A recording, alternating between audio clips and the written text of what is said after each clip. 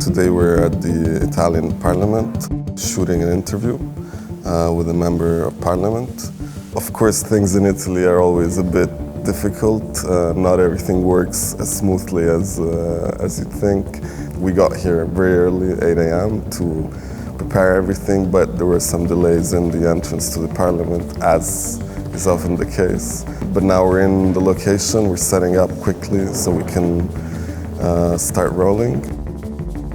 So for this particular setup, we decided not to go with the 360 rig because there are definitely difficulties in using those rigs. Namely is that you cannot monitor what's going on inside the room. So instead, the perfect solution is to have a stereo pair of cameras that you can turn around and shoot all around, so that you can have many more point of views than a regular rig will allow, where you will only have like 4, 5, 6 at most different point of views with stereo pairs. So we're going to shoot the interview full on and then do the rest of the room later, keeping the tripod from the same exact position. And you can do in a setup like this is because it's all static. There's only those guys in front doing the interview and the rest of the room is perfectly static.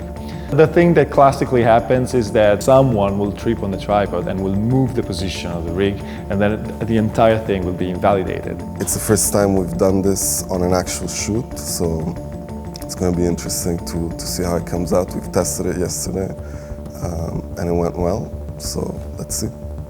One thing that virtual reality is really good at doing is it's really good at making you feel present in front of another person.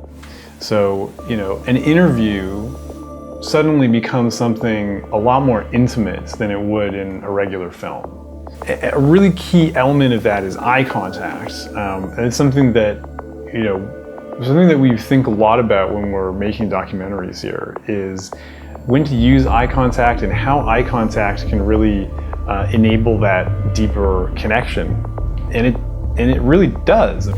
And that's something that you cannot get in film or in any other medium. I think it went pretty well. Nothing major happened. The cameras recorded to the very last minute, and then I covered everything afterwards and shot ceiling and floor multiple times. So I think we had got enough material to do a nice stitch. We are experimenting using both stereo and mono. I wonder if we can mix them together. If shooting this scene stereo has been a good idea or not, I don't know yet. It would be a pity to actually have to use the mono version instead of a stereo one. Cutting from stereo to mono and back again, for me it's interesting. It's not something we played around with very much actually. There would need to be some thought around, okay, what distribution channels are we using to get this content out there? How would that work on YouTube, on Facebook, for example? That path is yet to be trodden completely.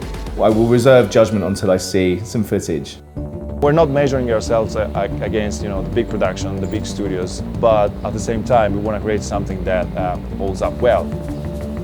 I'm terrified, to be honest.